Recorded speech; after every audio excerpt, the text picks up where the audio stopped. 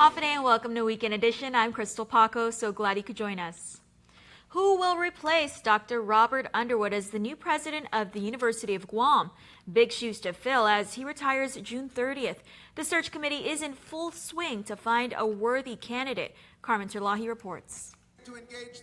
Dr. Robert Underwood has dedicated his life to public service, sitting as Guam's congressional delegate, and now, after 10 years as president of the University of Guam, he's retiring. When I became president, the university had been through a little bit of a rough time, and it had stabilized a little bit. And so that really afforded me the opportunity to create new initiatives, cut some programs, and radically reform others. But it also gave us a sense of purpose about who we are. And to engage the fact that we are a unique regional institution with regional responsibilities, funded primarily by the Guam taxpayers, and organized around the ingenuity and creativity of young people and faculty. He's handed out thousands of diplomas since he's been president, created the Center for Island Sustainability, and prides the Good to Great initiative to modernize the university. However, these achievements come with challenges like GovGuam money that hasn't increased an inch. Our budgeted amount from the government of Guam was about $31 million. Wow. Our budgeted amount last year was $30.7 million. We haven't moved. In fact, we've gone down a little bit in over 26 years. Wow. So we're not getting what would be considered our fair share. But it doesn't stop us. See, that's my attitude. And we can do more if they would let us do more.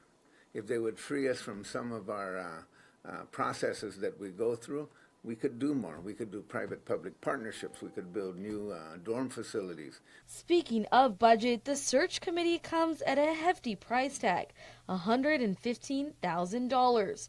Though not involved directly with the search, the president says every dollar will be spent. That includes, the people that are helping us. It also includes a budgeted amount to bring off-island finalists to campus, which is, we're likely to get maybe 1 or 2 finalists that are from off-island, and so they should be brought to campus at our expense. Dr. Underwood joins the long list of presidents at UOG that have gone before him. He has this advice for the next person to fill his shoes. Always, always listen to young people. Even if you're in disagreement, even if you think they're naive, and even if you think they don't know everything, always take the opportunity to listen to them. He looks forward for what's to come for future Tritons. Meantime, the search for the next president remains active. Reporting for Guam News Network, I'm Carmen Victoria Terlahi. Presidential hopefuls must submit their applications by April 27th. As of news time, the search committee made up of 8 individuals did not comment on the details of where that 100 grand is going. It's your chance to sit down with the top brass of the police department. It's the Coffee with the Cop initiative, and it returned to Harmon this week. Back in Harmon by popular demand. So we're here in Harmon again, and we're talking to the folks up here. Chief of Police J.I. Cruz is talking about the Coffee with the Cop initiative, held earlier this week at the Harmon McDonald's location. He and his top staffers were all ears as residents vocalized concerns over road safety, homelessness, and minors out past curfew. Minors being out in the community. And that's something that we've heard through many neighborhood watch town hall meetings. What is the law with regards to that? Midnight on Fridays and Saturdays, 10 o'clock Sunday through Thursday. Up and early and dressed in a matching blue t-shirt, Barragata Heights resident Edward Leon Guerrero. I call police officers the guardian angels of society. I'm here to show support and tell them that they have somebody out in society that appreciates their presence. Among his concerns, drugs. With the drug problem, and people, especially we have to build up, there'll be more money available. That means crime will flourish. Leon Guerrero invites others to come out to future Coffee with the Cop events. Get to know the people that serve you. Work with them, because they're here to serve. Not only are they public service, but they're the front line. When we have problems, we need them. So go out and get to know them. When you're young, you don't think about that, but when you get older, when you have children and family, you worry about your safety, and the police are very, very important. Also making themselves accessible to the community, the Micronesian Resource Center one-stop shop, Guam, also participated in this week's Coffee with a Cop initiative. Their job to be that friendly face to help newcomers, especially those from the FAS, acclimate to Guam. Meet John Howard. He's just one of the caseworkers at the Micronesian Resource Center One-Stop Shop, a project out of the Big Brothers Big Sisters of Guam. We provide services to FAS citizens in the three main areas, education, health, and workforce development.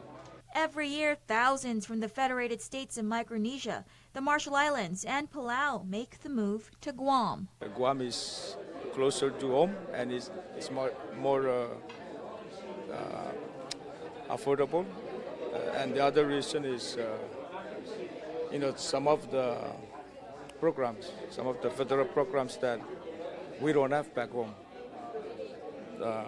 Guam provide those kind of federal assistance. Howard's job is to help them make that transition successfully. First, we present our Welcome to Guam orientation, and we talk about what are the requirements they should be aware of or they should know when they come to Guam. And then after that, we talk about the services that are available to them. Oftentimes, there's a language barrier. They can help with that too. Even if they need to fill out their application, we can assist with that. If they need a translation or interpretation, we can also assist with that. Their handbook covers everything, from passports and green cards to getting a driver's license, health clearances, and how to find a place to live. Some of the, challenges or some of the complaints from the government is that we put so much burden on the government. So I think that's why that's just my understanding, that we created this office to help our citizens, to help them become more productive. So when we become more productive, then we become less burden on the government. Howard says they're here and they're contributing to Guam development. If you go around and you see the people working like on the road, keeping the island clean, that's us. If you go around in the restaurants, you're the one working at the restaurant, that's also us. The Micronesian Resource Center One-Stop Shop Guam also runs on wheels. You may have seen their information van. They regularly canvass villages. For more information, call 686-2227 or visit them at their Jonya office. All their services are free of charge. She's not going anywhere, and according to the Guam Police Department Chief of Police, J.I. Cruz, he's fine with that. Several weeks ago, the chief submitted a letter to the Speaker requesting that Senator Talina Nelson be removed as oversight chair of the Guam Police Department. The chief said he had lost all confidence in her capacity to oversee his department and to understand the financial crisis confronting GPD. And the beating of another. The response to Senator Nelson not wanting to step down, I understand that. I respect her decision not to step down. That is her decision. And based on what the Speaker has indicated in his press releases, that the only one who can remove that individual is the individual themselves. The fact that we had an informational hearing on Monday tells me that the Speaker does want to work with the Guam Police Department. The Speaker does want to work with the public safety entities. So as we look at that, I respect her decision, and the informational hearing, in our opinion, is just one of several ways that she's stepping up to that, and I welcome that. Cruz added the main message behind his letter is that we need to work together in these tough times. It's a little that could go a long way when it comes to preventing pollution. Now, legislation is introduced that would impose an optional bag fee on carry-out bags at retail shops on Guam. Retailers would get at least a 2-cent cut from the proposed optional 10-cent fee. The rest would go to the Recycling Revolving Fund. Half of the money collected will then go to UOG's Center for Island Sustainability for matching grants and programs, while the other half to Guam EPA. Senator Regine Visco-Lee is the author of Bill 268. Territories have already implemented legislation like this, banning plastic bags. So many of our regional partners in Micronesia have already taken this step, and it's time for Guam to join in and to really be responsive. She adds this stems from the Guam Youth Congress bill on plastic bags. If passed, the measure would be known as the Choose to Reuse Mga Maatseki Plastic Act of 2018. Now to this week's Decision Watch with Chris Barnett.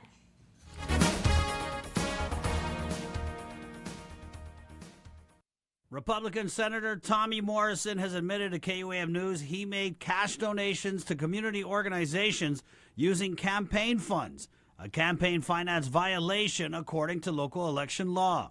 Anything other than expenditures that directly benefit or promote a candidate or campaign are not allowed and can be construed as buying a vote, including chinchuli, donations to individuals, medical fundraisers, or charities. A review of Republican Senator Tommy Morrison's campaign finance reports, including those from the 2016 election, revealed thousands of dollars in donations under expenditures. Morrison, currently off-island, admitted to giving campaign cash to community organizations like the Special Olympics and Guam Moms Helping Moms. In a written statement, he said any issue with information, quote, provided to and accepted by the GEC will be addressed by continuing to work with the GEC. Guam Election Commission continuing to look at campaign finance reports in preparation for its April 12th board meeting. GEC staff have been preparing a compilation of questionable campaign donations and expenditures at the request of the GEC board.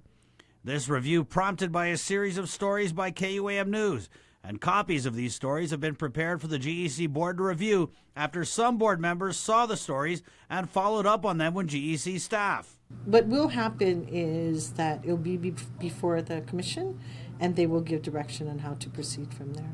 Pangilinan confirming the commission is reviewing campaign finance reports from 2018 and prior years, including those filed by gubernatorial teams.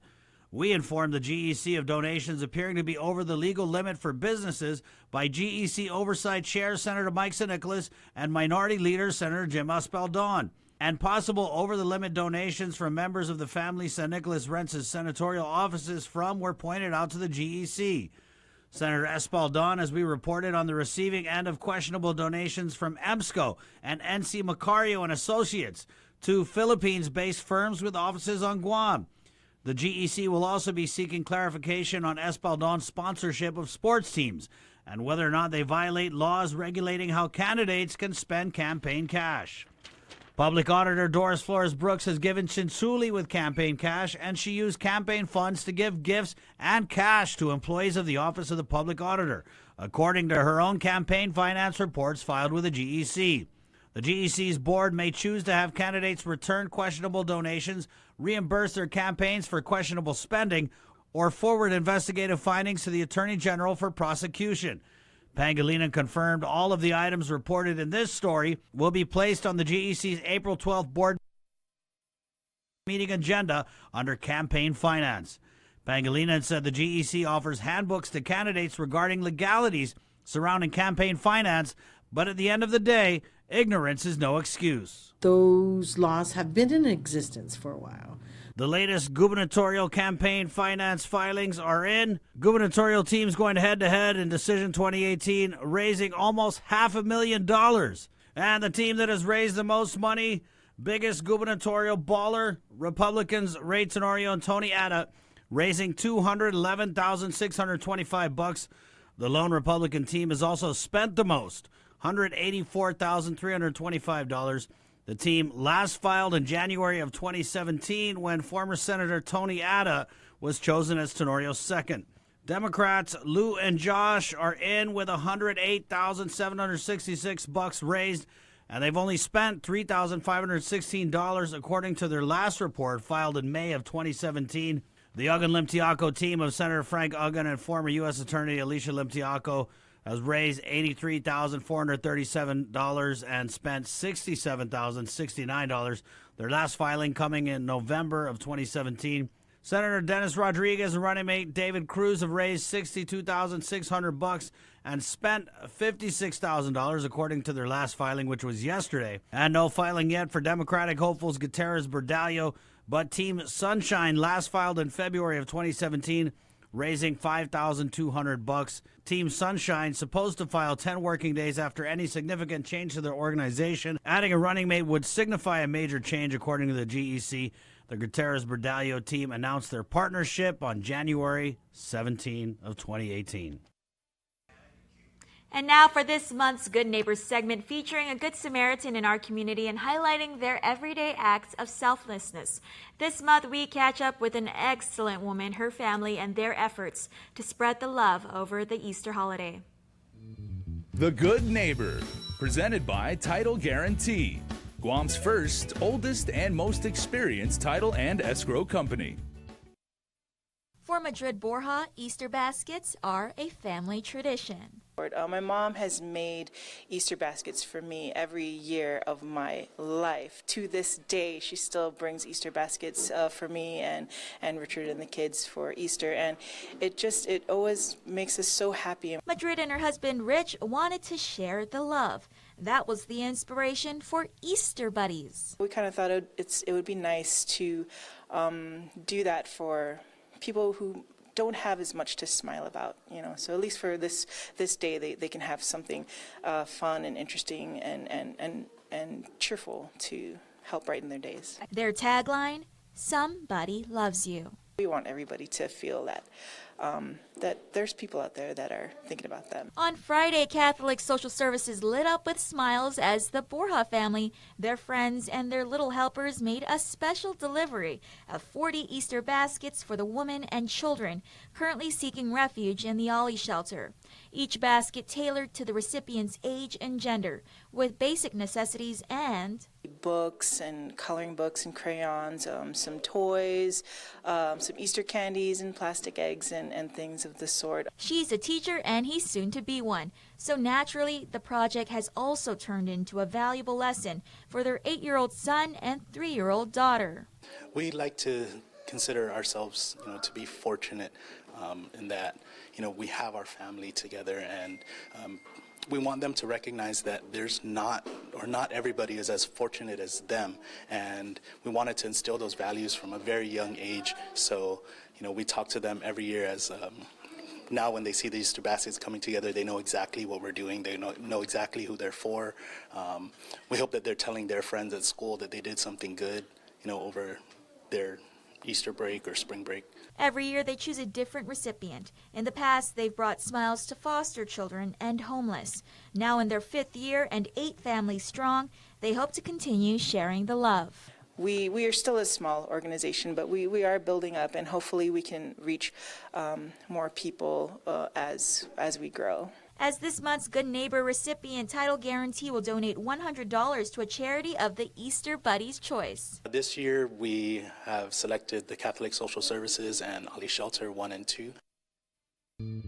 The Good Neighbor, presented by Title Guarantee, Guam's first, oldest, and most experienced title and escrow company. Visit the KUAM News website or app and let us know who is deserving of this award and why. A winner will then be selected every month.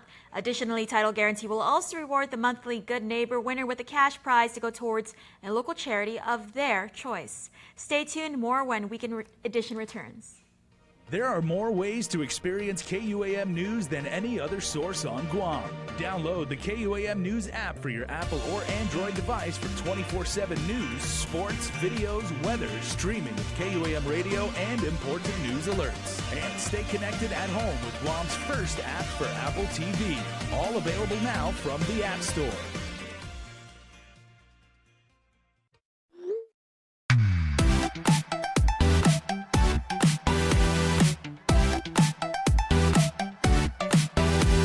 Half the day, I'm in the club.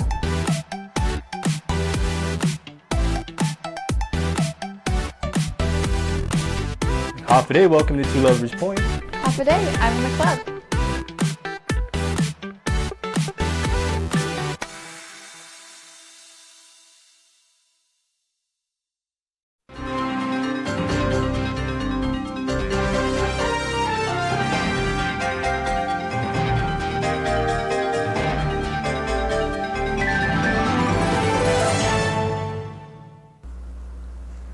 Advances in technique and medications used to prevent dental pain have shattered the myth that a dental visit is something to fear. Even the dreaded root canal or wisdom tooth extraction. Swabbing or spraying a topical numbing agent on before the injection and using different techniques and anesthetics can create a relatively comfortable or pain-free injection. Injections are often the most feared procedure. Some patients don't like the sounds or the vibrations of decay removal. If you're still nervous or you gag easy, despite these techniques, very safe oral medicines can be taken before your dental appointment to eliminate all fears, or some clinics use nitrous oxide gas. Pain relievers can easily be prescribed to eliminate mild to severe dental discomfort after any visit. For your Helpful Dental Minute, I'm Dr. Kenny Bourgeois of Paradise Smiles. We shall never know all the good that a simple smile can do.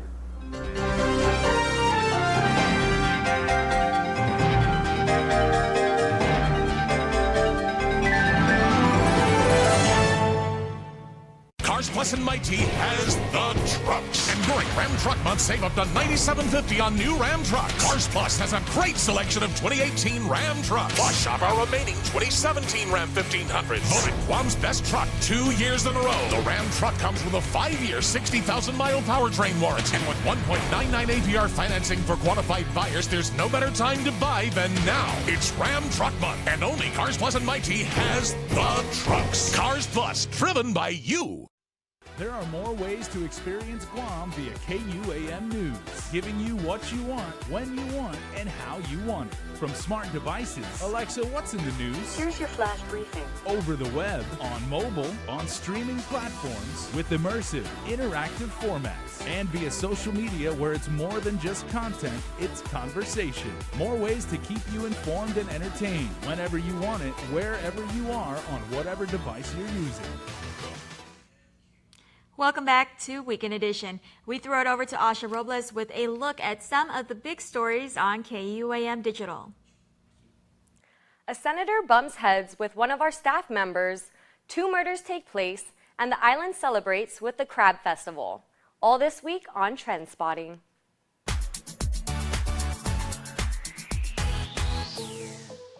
The biggest story of the week, as shown by over 5,000 listens to our podcast, was the beef between Senator Michael San Nicolas and our very own Chris Barnett. San Nicolas put a scathing ultimatum on Facebook criticizing Barnett's chops as a reporter by commenting, Matthew 5:11, which comes out to mean, quote, what goes into someone's mouth does not defile them, but what comes out of their mouth, that is what defiles them, end quote. Barnett voiced his response on our podcast network, and comments came to support both sides. Frank Guerrero says, not a Chris fan, but don't hate him either. I support his message here. As for Senator Mike SN, same. Not a big fan, but don't hate him. As one of our leaders, his childlike antics give much to think about, especially when he strives to represent us on the national stage. Josh Suka says, the podcast was very informative, and I think everyone should take time to listen to it. Zero integrity, Mike? I don't even have 1 integrity. I don't have 0.33 of an integrity. Just brilliant, Chris. A dispute between 2 co-workers at a work party turned deadly when Jonathan Ross Pangilinan assaulted and killed Librick Manglotnia. Surveillance footage of the incident told a different story of what Pangilinan had originally confessed to. The community responded accordingly. Vermin Cruz says, condolences to the family. After changing his story multiple times, then finally told the truth when confronted with evidence, leave him in there. Why does he get to roam free while the other one lays 6 feet under? VP Cruz stated, you take a life, you shall pay the time. No release at all. Also, the bail should have been more than $100,000. Why so little? He beat up that guy to death. He shall have no mercy. On Tuesday, an airman was found dead on Andersen Air Force Base. A suspect is in custody, but no charges have been made and no detail of what the cause of death is. The community took to Facebook to issue their sympathies for the fallen airman. Kelly Rodriguez says, "My prayers and condolences to our fellow airman and his family, friends, and co-workers. May he rest in peace." Julia Bamba Ujoa says, "May he rest in peace. Condolences to the family. Thank you for your service." And Ashley Cruz James says, "My condolences to his family." In lighter news, island residents attended the Maleso Crab Festival last weekend. One of the featured spots was a stuffed crab station, where after 2 months of prep, coconut crabs were ready to eat. Here are some of the comments on our Instagram page. The seventh deadly sin states, "The things that make missing home hurt to the heart." And F. Belote 7241 states, "One of my favorite island delicacy. Yummy."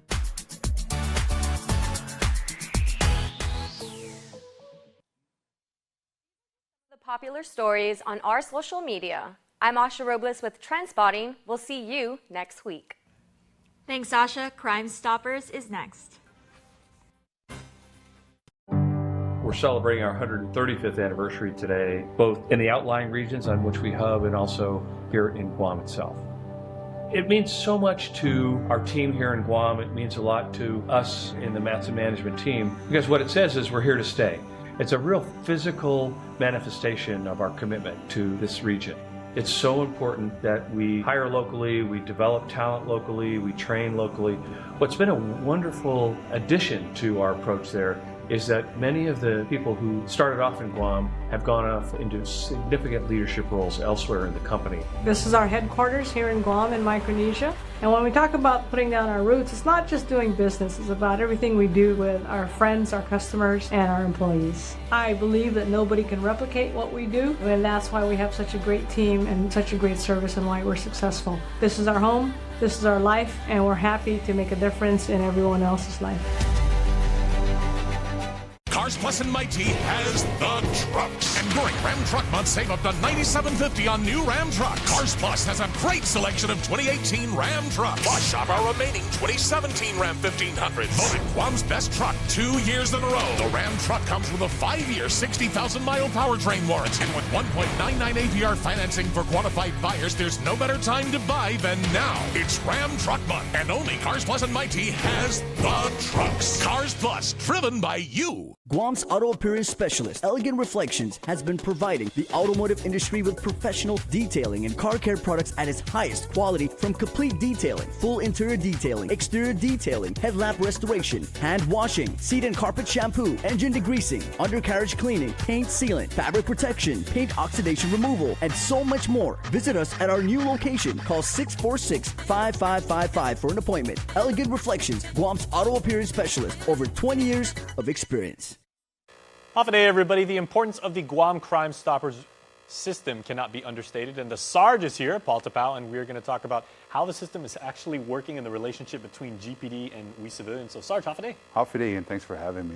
All right. You always talk about how critical it is that you get feedback and you say no information is ever enough, no crime is too silly or too insignificant and everything like that. And it's really starting to pay off. Yeah, absolutely. And, you know, when we discuss about the importance of what we do with the Guam Crime Stoppers, and, of course, how it helps with the Guam Police Department, but more importantly, the victims, and how our partners with the media help us portray the message and also provide the information to the community. Because, like we discussed earlier, you know, a lot of times people may not know that a crime is being committed until after the fact that a crime had been reported, and, you know, they're like, oh, you know, I was there. Maybe, you know, that's what I thought it was. And then when we come back and we do the crime report and we give a full story, a full synopsis of what had happened, you know, the individuals or the community members that may have witnessed that, you know, the reporting system and the mechanism that we're using, you know, we're hoping that it's able to jot their memory so that they can actually provide us that crucial information. And, you know, again,